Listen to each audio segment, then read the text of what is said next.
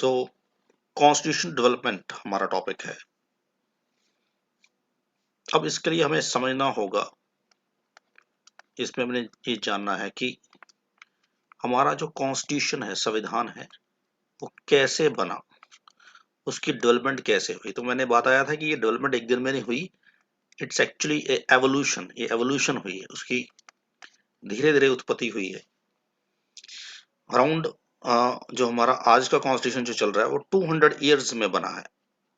हम ये नहीं कहेंगे कि पहले हमारा कोई कॉन्स्टिट्यूशन नहीं है, पहले उस समय के हिसाब से अलग अलग कॉन्स्टिट्यूशन या संविधान चलते थे। जैसे एंशियंट टाइम में वैदिक लॉज चलते थे, उसके बाद मनुस्मृति चलती रही, बड़े लंबे समय तक मनुस्मृति का लॉ चलता रहा है, फाइन। और बाद में जो इस्लामिक लॉज थे, जिसको हम शरीयत बोलते हैं, वो इस्लामिक लॉ भी चलते रहे जो मुस्लिम समाज के लिए थे। से अलग अलग टाइम पे अलग अलग लॉ रहे हैं, लेकिन समय के साथ साथ as the time passes we have to make some changes in our existing laws. आज कॉन्स्टिट्यूशन, हमारे रूल्स एंड रेगुलेशंस है, उसको बदलना पड़ता है, समय के हिसाब से चेंजेस करनी पड़ती है, तो हमने भी किया। तो जैसे जैसे हम मॉडर्न डेमोक्रेसी की ओर बढ़े और हमारे यहाँ पे वेस्टर्न पावर्स ने रूल करना शुरू कर दिया, जैसे कि यूरोपियंस आ गए, हमने पढ़ा ये सारा हिस्ट्री में कि कैसे पोर्चुगीज आए, कैसे इंग्लिश आए, कैसे डच आए, और कैसे ये सब लोग आए। तो उस समय, फिर उस समय के हिसाब से उनके आने के बाद एक वर्ल्ड का नया, एक समझ लो कि एक अध्याय, एक चैप्टर खुला, और इससे एक मॉडर्न डेमोक्रेसी की शुरुआत हुई और ऑटोक्रेसी खत्म होनी शुरू हुई, डिक्टेटरशिप खत्म होनी शुरू हुई। जो रोल था कैलर्जी का, यानी धार्मिक नुमाइंदों का, वो स्टेट पॉलिटिक्स में खत्म होना शुरू हुआ धीरे धीरे करके। जैसे किसी जमाने में पोप का बहुत बड़ा रोल था, किसी जमाने में और धार्मिक संस्थाओं का राजतंत्र में या पॉलिटिक्स में या स्टेट्स में बहुत इंटरफेरेंस रहती थी। तो अब वो धीरे धीरे करके खत्म की, फाइन।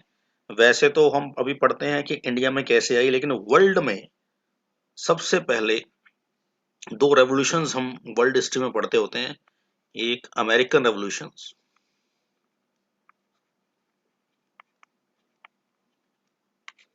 ये 1776 को हुई। अगर हम ऑफिशियल डेट देखें तो 4 जुलाई 1776।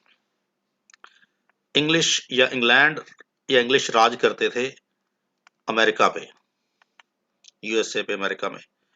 तो वहां अमेरिका की 13 कॉलोनीज थी जिस पे ये राज करते थे, जो इंडिपेंडेंट कॉलोनीज थी। इन कॉलोनीज में मिलकर इकट्ठे होकर इसमें ब्रिटेन के खिलाफ एक रेवोल्यूशन खड़ी की, जिससे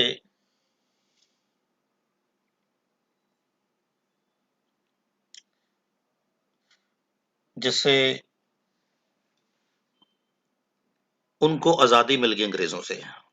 ये अलग कहानी है, रेवोल्यूशन, अमेरिकन रेवोल्यूशन, इसको हम फिर कभी बात करेंगे। इसके रिकॉर्डेड लेक्चर भी मैं आपको भेज सकता हूँ, पढ़ा हुआ अमेरिकन रेवोल्यूशन का, आपको मैं लिंक भेज दूंगा, आप देख लीजिएगा। वैसे आपके सिलेबस में वो ऑलमोस्ट नहीं है। जो लोग यूपीएससी या पीसीएस प्रॉपर तैयार कर रहे हैं उनके सिलेबस में है, बाकी पीपीएससी के और एग्जाम में वो नहीं है ये। तो इस तरह से अमेरिकन रेवोल्यूशन जब हुई, तो उसमें से दो बातें वर्ल्ड को सीखने को मिली, जो वर्ल्ड में आज प्रचलित हैं, आज प्रिवेलेंट है। That is concept of written constitution. दुनिया में रिटन कॉन्स्टिट्यूशन का कॉन्सेप्ट जो था, वो अमेरिका ने हमें दिया। तो थॉमस जेफरसन एक पर्सन आए उनकी हिस्ट्री में, जिन्होंने वर्ल्ड का पहला रिटन कॉन्स्टिट्यूशन लिखा। ये बाद में वहां के राष्ट्रपति या प्रेसिडेंट जिसको बोलते हैं वो भी बने, जेफरसन। वर्ल्ड का ओरल कॉन्स्टिट्यूशन या वर्बल, या हम कह दें कि ऑलरेडी चलता था, या कह लो कि अनरिटन कॉन्स्टिट्यूशन जिसको बोलते हैं, वो इंग्लैंड ने हमें दिया। आज कई देशों में हालांकि प्रैक्टिकली ये भी रिटन नहीं है, कहने के लिए अनरिटन है। दूसरा कॉन्सेप्ट जो अमेरिकन रेवोल्यूशन ने या अमेरिका ने वर्ल्ड को दिया, वो था कॉन्सेप्ट ऑफ रिपब्लिक गवर्नमेंट, कि आपका जो किंग है, आपका जो हेड है, वो भी इलेक्टेड होना चाहिए। तो आज हमारे राष्ट्रपति किंग की तरह ही हैं, पुराने जमाने के किंग को रिप्रेजेंट करते हैं, आज हमारे वो इलेक्टेड हेड है। तो वहां पे उनका राष्ट्रपति इलेक्टेड था, और हर साल 1776 के बाद जब 1792 से जो संविधान बन के शुरू हुआ, और उसके बाद प्रेसिडेंट जो थे इलेक्टेड होते हैं अमेरिका में। अमेरिकन जो एक्चुअल कॉन्स्टिट्यूशन जो लागू हुआ वो 1792 को हुआ, और 20 जनवरी 1792 से चलो कि वहां का इलेक्टेड प्रेसिडेंट आ गया। तो वहां पे ऑलरेडी प्रथा है कि अमेरिका में हर साल 20 जनवरी को ही प्रेसिडेंट शपथ लेते हैं, क्योंकि उनकी प्रथा तब से चलती आ रही है। First president Washington, George Washington ने भी 20 जनवरी को ही प्रेसिडेंट की जो ओथ थी वो की थी। दूसरा इसमें कंट्रीब्यूशन था फ्रांस का। तो उसमें एक और रेवोल्यूशन होती है, फ्रेंच रेवोल्यूशन, आपने पढ़ी ही होगी, सुनी होगी, फ्रेंच रेवोल्यूशन, फ्रांस की क्रांति। फ्रेंच रेवोल्यूशन ने पूरे वर्ल्ड को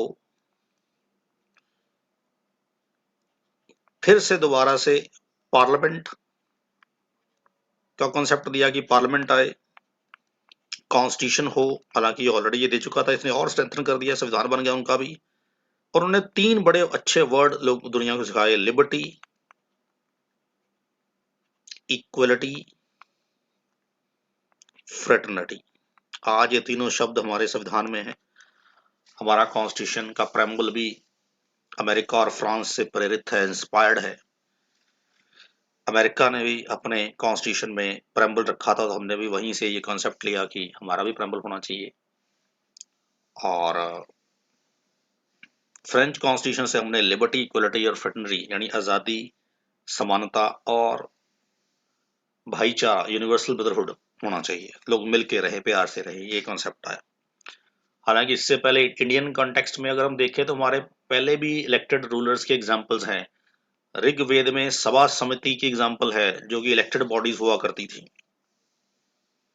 लॉर्ड राम का एग्जांपल है, जिनको लोग चाहते थे कि वो अयोध्या के राजा बने, लोग उनके पीछे पीछे चित्रकूट तक गए, और जब वो 14 साल बाद वापस आए तब भी उन्हीं को राजा बनाया। चरण पादुकाएं उनके भाई ने रखी कि मैं कोई नहीं रूल करने वाला। हमारे पास ऐसे कुछ रेफरेंसेस हैं, रिपब्लिक गवर्नमेंट्स के कॉन्सेप्ट एंशियंट टाइम में हैं।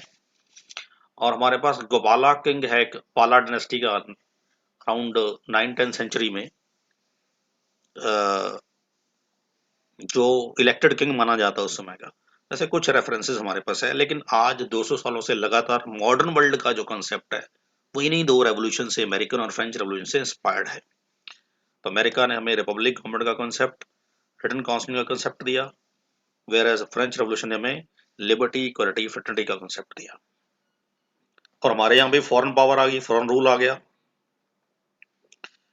और इस फॉरेन रूल से इंडिया में भी एक तरह से संविधान या कॉन्स्टिट्यूशन डेवलपमेंट की एक प्रैक्टिस जो थी वो शुरू हो गई। तो हमारे यहाँ पे हमने पढ़ ही लिया, तो सबसे पहले इंग्लैंड जो था उसने हमारे ऊपर रूल किया। उससे पहले पोर्चुगीज हैं, हमने पढ़ लिया, डच आ गए, बाद में फ्रेंच भी आए, लेकिन रूल तो इन्होंने हमारे ऊपर किया। तो इन्होंने 2 लड़ाइयाँ लड़ी, battle of Plassey, battle of Buxar हम पढ़ चुके हैं, और ये लिखी भी हुई है, थोड़े स्पेलिंग मिस्टेक्स है इसमें, इग्नोर करिएगा, टाइपिंग एरर्स हैं, वो ठीक होकर मिलेंगे आपको बाद में। बैटल ऑफ प्लासी ये रही, और 1764 की बक्सर। ये 2 लड़ाइयों ने अंग्रेजों के पैर इंडिया में जमा दिए, और इन 2 लड़ाइयों से ही इनकी ब्रिटिश रूल की एक तरह से फाउंडेशन होती है। और इनके हाथ में बंगाल आ जाता है, उसके बाद बिहार आ जाता है, उड़ीसा आ जाता है, उनके दीवानी राइट्स आ जाते हैं, यानी पॉलिटिकल पावर, यानी वो पॉलिटिकल पावर के रूप में उभरते हैं। अंग्रेजी सरकार, अंग्रेज इंडिया में ईस्ट इंडिया कंपनी जो है, ईस्ट इंडिया कंपनी, वो इन 2 लड़ाइयों से ही इंडिया में पॉलिटिकल पावर अचीव कर जाती है। ऑलमोस्ट पूरा बंगाल और उसके बाद बिहार, उड़ीसा करते करते बहुत सारी इनके पास आ गई थी। लेकिन इन 2 लड़ाइयों से इनके पास बंगाल आ गया था, बंगाल में तो बिहार उड़ीसा बीच में ही था, बॉम्बे और मद्रास भी इनके हाथ आ चुके थे उन दिनों में ऑलरेडी, और बाद में बंगाल भी आ गया। पर बाद बंगाल एंड पे हाथ में आया, लेकिन बंगाल बाद में सेंटर ऑफ पॉलिटिक्स बन गया। बंगाल में ही कलकत्ता इनकी राजधानी बन गया, और इनका मेन गढ़ बन गया, ट्रेड का, एडमिनिस्ट्रेशन का, पॉलिटिकल एक्टिविटीज का। अब जब 1773 आया, तो अंग्रेजी सरकार, अंग्रेजी पार्लियामेंट, इंग्लिश पार्लियामेंट जो इंग्लैंड में है, उन्होंने हमारे लिए एक एक्ट पास किया, हमारे लिए मतलब ईस्ट इंडिया कंपनी के लिए, क्योंकि वो इंडिया में रहती थी इसलिए मैं हमारे लिए बोल रहा हूँ। रेगुलेटिंग एक्ट ऑफ इंडिया, ये रेगुलेटिंग एक्ट है, रेगुलेटिंग एक्ट है ये, रेगुलेटिंग एक्ट ऑफ इंडिया। इस एक्ट ने इंडिया में ईस्ट इंडिया कंपनी के लिए कुछ गाइडलाइंस तय की, एक तरह से उनके लिए कुछ लॉज, कुछ रूल्स प्रिस्क्राइब किए कि जो ईस्ट इंडिया कंपनी है अब हम रेगुलेटिंग एक्ट के अकॉर्डिंग चलेगी। ऐसा हुआ। तो ये इंडियन हिस्ट्री में ब्रिटिश पार्लियामेंट में पास होने वाला पहला एक्ट माना जाता है। फर्स्ट टाइम ऐसा एक्ट पास हुआ था। नाउ ये जानने से पहले कि इस एक्ट में क्या है, थोड़ा सा इसका बेस पड़ता है कि एक्ट क्यों पास किया। उसका बड़ा कारण था कि ईस्ट इंडिया कंपनी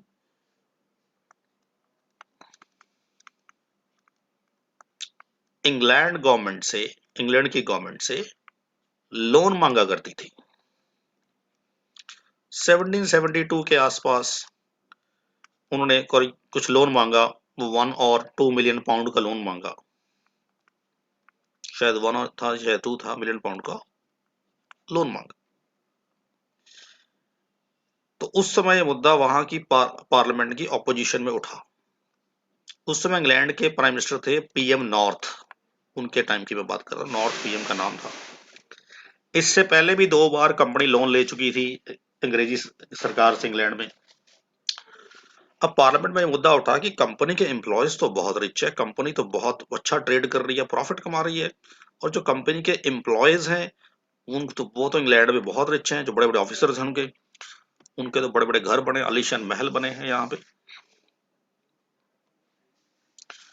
और कंपनी हमसे लोन क्यों मांगती रहती है?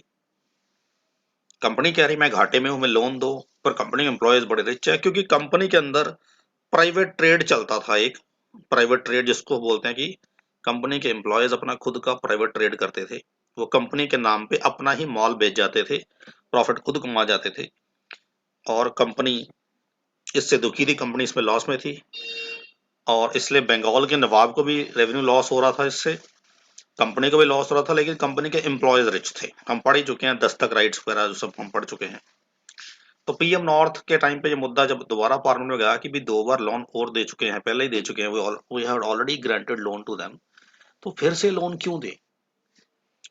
चलो, पार्लियामेंट में रेजोल्यूशन आया, प्रस्ताव आया, एक प्रस्ताव पास किया गया लोन देने के लिए। रेजोल्यूशन एक अच्छी मेजोरिटी से पास हो गया कि चलो लोन दे दो, तो लोन ग्रांट कर दिया गया। लेकिन साथ में loan I think more than you know exportation company के पास हो गया। आई थिंक 2 मिलियन पाउंड मांगा था तो 4 मिलियन पाउंड दे दिया, जैसे जितनी अमाउंट मांगी थी उसका डबल दे दिया। लेकिन पार्लियामेंट ने कहा, इंग्लैंड की सरकार ने कहा कि हम आपको पैसा देंगे तो हम आपको रेगुलेट भी करेंगे, हम आपको कंट्रोल करेंगे। तो उन्होंने कंपनी को कंट्रोल करने के लिए regulating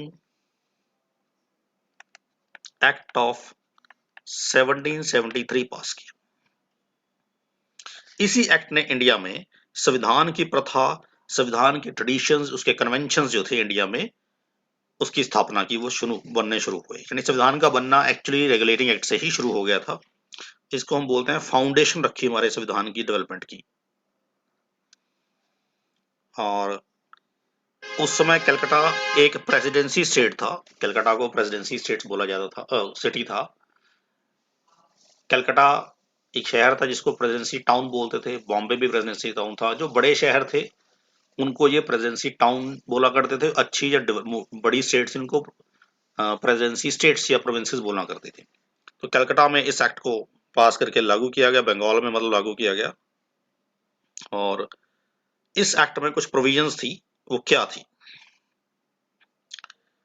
number 1, governor of Bengal को अब, जो कि पहले रॉबर्ट क्लाइव थे, उसके बाद और भी आए, लेकिन जब रेगुलेटिंग एक्ट आया तो उस समय गवर्नर ऑफ बंगाल थे वैरन हेस्टिंग। तो इस एक्ट ने एक प्रोविजन दी कि गवर्नर ऑफ बंगाल को अब गवर्नर जनरल ऑफ बंगाल बोला जाएगा। अभी वो सिर्फ बंगाल का गवर्नर ही है, अब वो गवर्नर जनरल ऑफ बंगाल, इसका मतलब है कि बंगाल का तो गवर्नर है ही, साथ में वो बॉम्बे का भी हेड है, मद्रास का भी हेड है।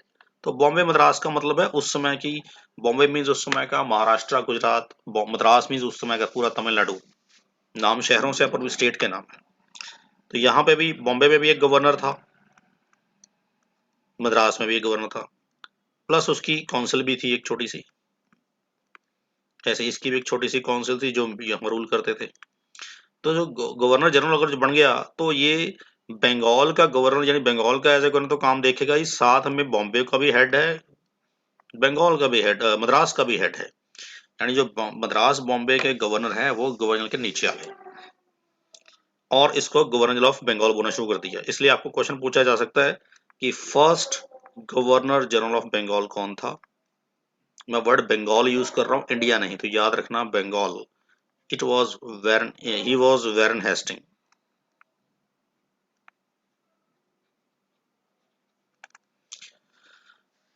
तो वेरन हेस्टिंग के गवर्नर जनरल बनने से गवर्नर ऑफ बंगाल जो थे, जो इंडिपेंडेंट था वो खत्म हो गया, अब गवर्नर जनरल ही बंगाल को देखता था। इसलिए अगर आ जाए लास्ट गवर्नर ऑफ बंगाल कौन था तो वेरन हेस्टिंग, और first governor general of Bengal कौन था तो भी वेरन हेस्टिंग। तो ये आ गया, ये पोस्ट आ गया। नाउ इसमें और भी प्रेसी, जैसे पहली ही प्रोविजन यहाँ लिखी हुई है, देख लीजिए। गवर्नर ऑफ बंगाल जो है उसको हम गवर्नर ऑफ बंगाल बोलेंगे। इसी एक्ट ने नंबर 2 पे क्या किया, कलकत्ता के अंदर, प्रेसिडेंसी टाउन के अंदर सुप्रीम कोर्ट की स्थापना कर दी। Supreme court was established in Calcutta. Calcutta में सुप्रीम कोर्ट एस्टैब्लिश हो गई। इस कोर्ट में एक चीफ जस्टिस थे प्लस 3 अदर जजेस थे।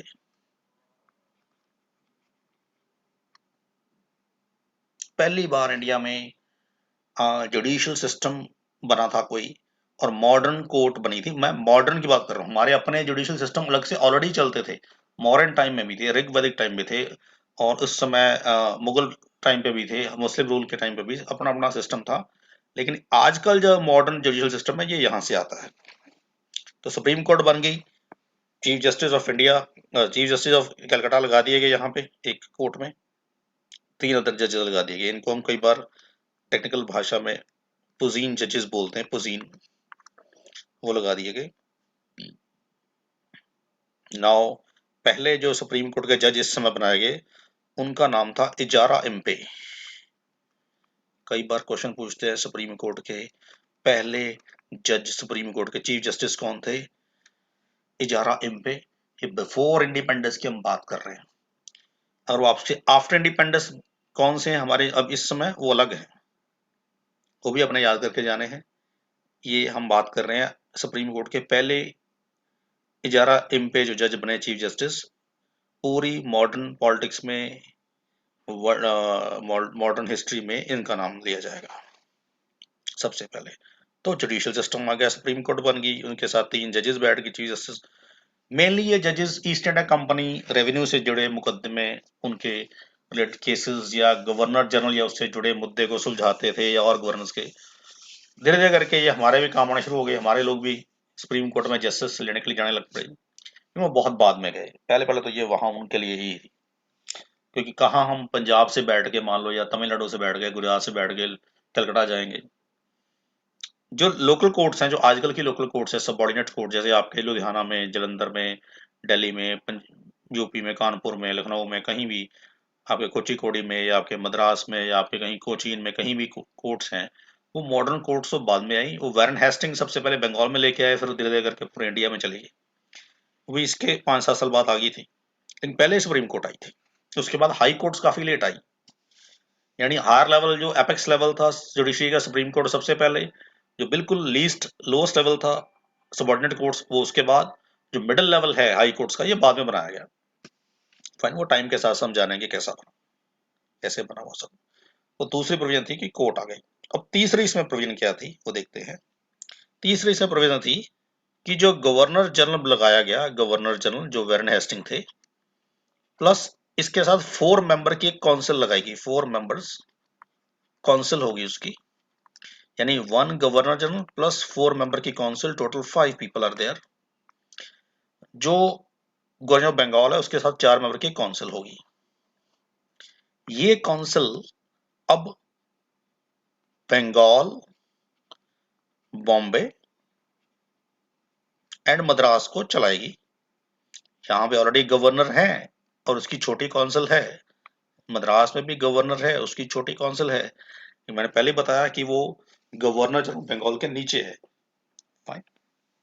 हालांकि इन काउंसिल्स को, दोनों काउंसिल्स को इमरजेंसी में अपनी इंडिपेंडेंट डिसीजन लेने की परमिशन थी, रेगुलेटिंग एक्ट के अकॉर्डिंग इमरजेंसी पावर्स थी इनके पास, तो बिना गवर्नर की काउंसिल से पूछे ये काम कर सकती थी। लेकिन नॉन इमरजेंसी में ये बंगाल के इस गवर्नर और उसकी काउंसिल्स के पूछे बिना काम नहीं करेगी। नाउ ये काउंसिल बना देगी। इस काउंसिल में जो डिसीजन होगा वो मेजॉरिटी वोट सिस्टम से होगा।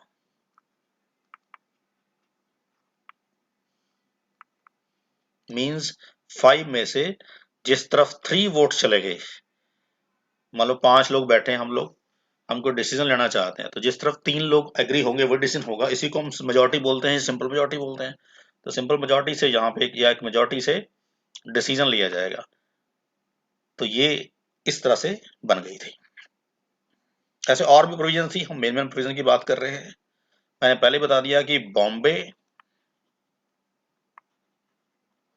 एंड मद्रास की जो गवर्नर की और उसकी एक काउंसिल थी, गवर्नर काउंसिल था, वो इमरजेंसी में खुद डिसीजन ले सकते थे, इंडिपेंडेंट डिसीजन ले सकते थे।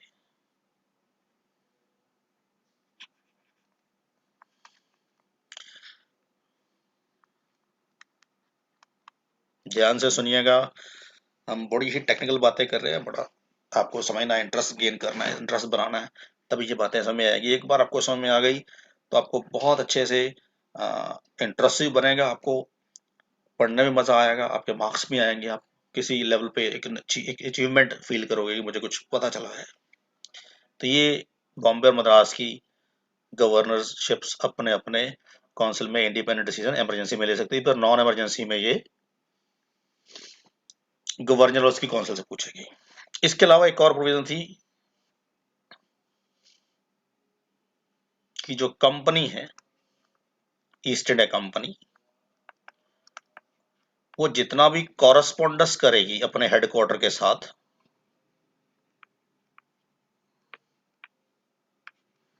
वो अब इंग्लैंड गवर्नमेंट के थ्रू करेगी, डायरेक्ट नहीं करेगी। इस एक्ट से पहले ईस्ट इंडिया कंपनी के officer, employ, governors direct East India Company के हेडक्वार्टर के साथ डील करते थे, इंफॉर्मेशन भेजते थे, कम्युनिकेशन करते थे। कॉरेस्पॉन्डेंस का ये मतलब है जो चिट्ठी पत्र भेजेंगे, कम्युनिकेशन करेंगे, पत्राचार करेंगे वो। फाइन। लेकिन अब इस एक्ट ने बाउंड कर दिया ईस्ट इंडिया कंपनी को कि now you have to communicate through government of England, यानी पहले इंग्लैंड गवर्नमेंट के पास जाएगा, वहां के पीएम या वहां के जो भी रिस्पॉन्सिबल बॉडी होगी उसके पास जाएगा ईस्ट इंडिया कंपनी का पत्राचार, कम्युनिकेशन, फिर वो आगे कंपनी हेडक्वार्टर के साथ डील करेंगे या कम्युनिकेट करेंगे। यानी कंपनी की गतिविधियों पे एक तरह से कंट्रोल कर लिया, नजर रख ली सुपरवाइज करने के लिए कि ये क्या कर रहे हैं। तो इस तरह से ये चौथी प्रोविजन थी। और भी बड़ी थी प्रोविजन थी, लेकिन मैंने फिर भी बता दिया। सुप्रीम कोर्ट कलकत्ता में सेंट विलियम फोर्ट था एक, वहां बनाई गई थी सेंट विलियम फोर्ट, बड़ा फेमस फोर्ट है वहां का। ये ईस्ट इंडिया कंपनी का बंगाल में कलकत्ता पे एक किला था, फोर्ट था, जहां से ये सारा एडमिनिस्ट्रेशन, पहले पहले ईस्ट इंडिया कंपनी का सारा बिजनेस यहाँ से चलता था, बाद में सुप्रीम कोर्ट भी इसी किले में चली थी। एक बड़ा एरिया है। 3 इनके फोर्ट थे, सेंट जॉर्ज, सेंट थॉमस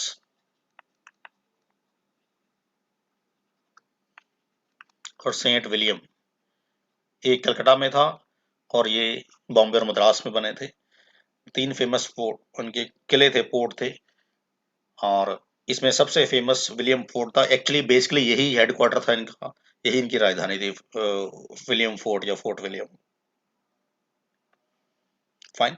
तो ये सुप्रीम रेगुलेटिंग एक्ट ने जो थे ये लागू कर दी थी चीजें। ये एक्ट लागू हुआ 1774 में।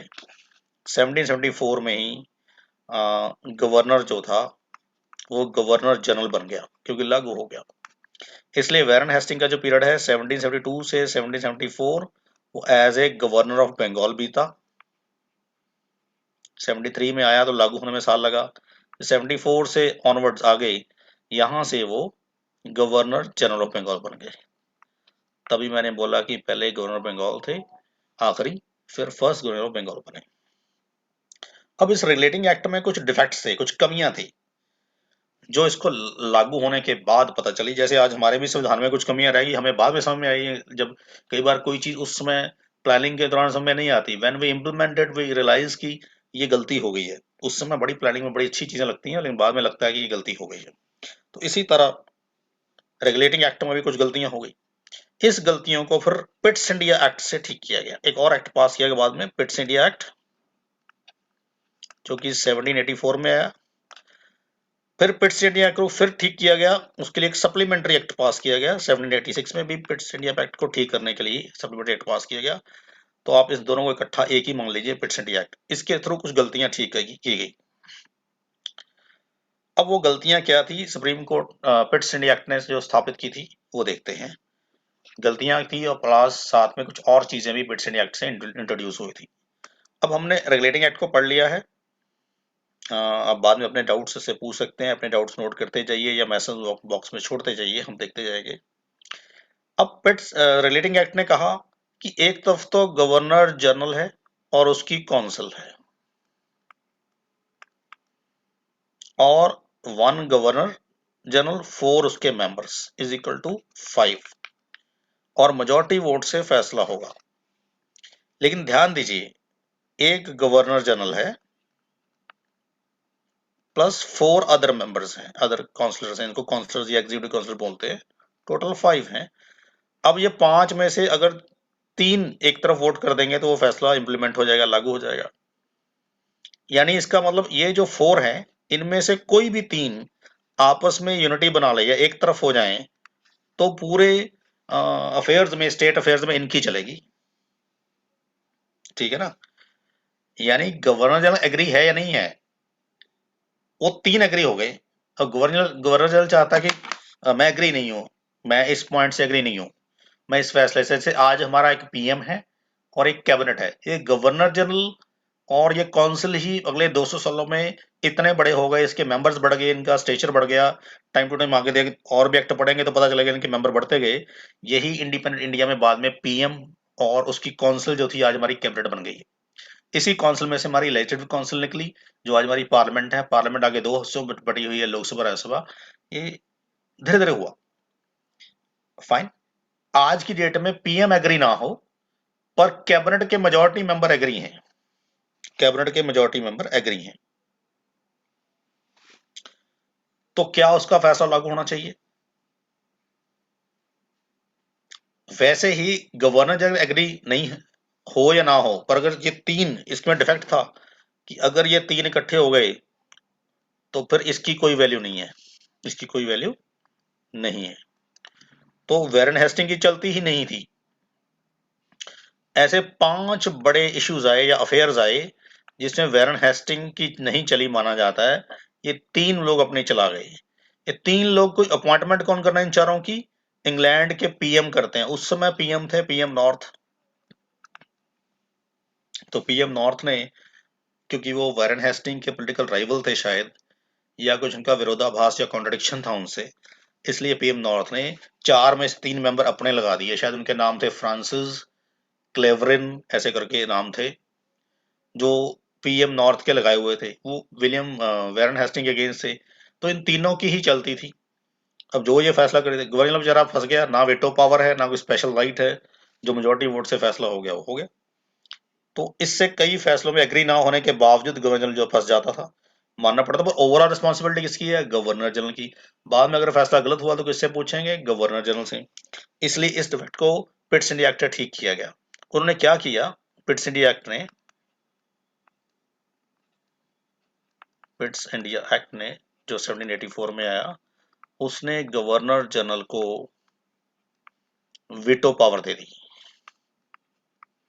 वीटो पावर मतलब स्पेशल पावर दे दी, यानी अब। और तीसरा उसने क्या किया, वो जो 4 मेंबर थे काउंसिल के उसको रिड्यूस करके 3 कर दिए, यानी अब गवर्नर जनरल रह गया प्लस 3 मेंबर रह गए, प्लस इसको वीटो पावर मिल गई।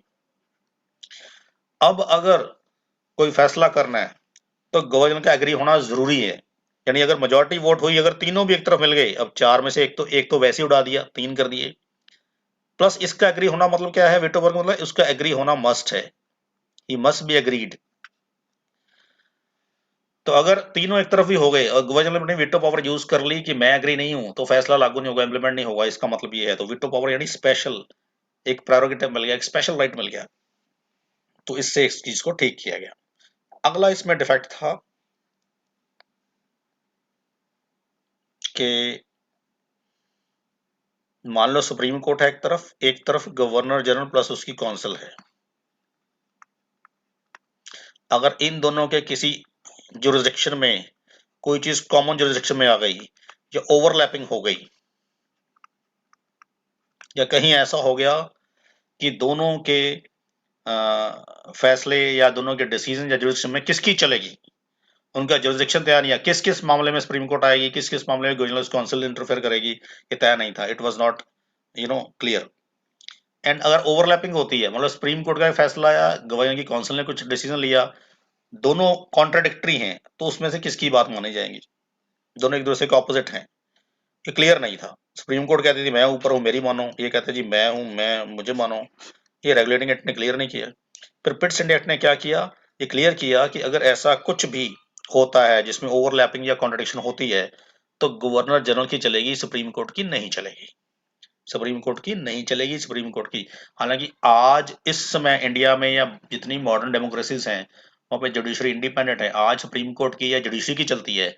और खास बात ये थी, इंग्लैंड गवर्नमेंट में भी उस समय सुप्रीम कोर्ट की चलती थी, ना कि पार्लियामेंट की या कॉन्स्टिट्यूशन की। और हमारे यहाँ उन्होंने उल्टा बनाया कि सुप्रीम कोर्ट की नहीं चलेगी, गवर्नर जनरल और उसकी काउंसिल की चलेगी, ताकि इंडिया में अपने अकॉर्डिंग सब फैसले ले सके, कोर्ट को भी इंटरफेयर ना करने दे। तो ये दूसरा डिफेक्ट था, वो ठीक कर दिया ओवरलैपिंग वाला। ये तीसरा डिफेक्ट मैंने पहले बताया कि बॉम्बे और मद्रास को, वैसे तो ये गवर्नर ऑफ बंगाल के नीचे थी, लेकिन इमरजेंसी में इंडिपेंडेंट डिसीजन ले सकती थी। अब ये क्लियर नहीं हुआ था कि व्हाट इज इमरजेंसी, इमरजेंसी है क्या, उसकी कोई डेफिनेशन नहीं थी, डिफाइन नहीं किया गया था। तो बॉम्बे और मद्रास की काउंसिल किया करती थी, जब भी फैसला लेना होता तो रजिस्टर पे लिखती, under circumstances of grave emergency such and such decision has been taken. Emergency आ गई थी, इसलिए हालात ऐसे बन गए थे, हमने ये फैसला ले लिया। लेकिन इमरजेंसी किसको बोल रहा है ये क्लियर नहीं था। इमरजेंसी हमें पता नहीं होता ना कि इमरजेंसी क्या होती है, हम तो हर चीज को इमरजेंसी बताते हैं, ठीक है ना। ऐसा नहीं, आज भी हम ऐसे ही करते हैं, हमें आज भी नहीं पता होता कि अर्जेंसी क्या है, इमरजेंसी क्या है। इमरजेंसी तो ये है कि मैं, मेरे हाथ पैर टूट गए, एक्सीडेंट हो गया जी, मैं उठ नहीं पा रहा हूँ, ऑफिस नहीं आ पाऊंगा आज मैं, ये इमरजेंसी है। लेकिन मेरा छोटा सा काम है, वो मैं थोड़ा इधर उधर करके मैनेज कर सकता हूँ, पर मैं छुट्टी बचा सकता हूँ, मैं काम अपना कर सकता हूँ ऑफिस का, तो मैं उसको अर्जेंसी बोलूंगा, इमरजेंसी नहीं बोलूंगा। ऐसे ही इमरजेंसी, यहाँ तो इमरजेंसी क्या है, कुछ डिफाइन ही नहीं है, ये हर चीज को इमरजेंसी बता देते, छोटी छोटी चीज को। तो पेट्स इंडिया एक्ट ने इमरजेंसी वाला प्रोविजन ही काट दिया, वो कहते हैं इमरजेंसी हो या नॉन इमरजेंसी हो, आपको गवर्नर जनरल और उसकी काउंसिल ऑफ बंगाल और उसकी काउंसिल के अकॉर्डिंग ही काम करना है, हर डिसीजन आपका उनसे रेटिफाई होगा, उनसे पूछना पड़ेगा आपको। फाइन, ये डिफेक्ट्स थे, ये ठीक किए। और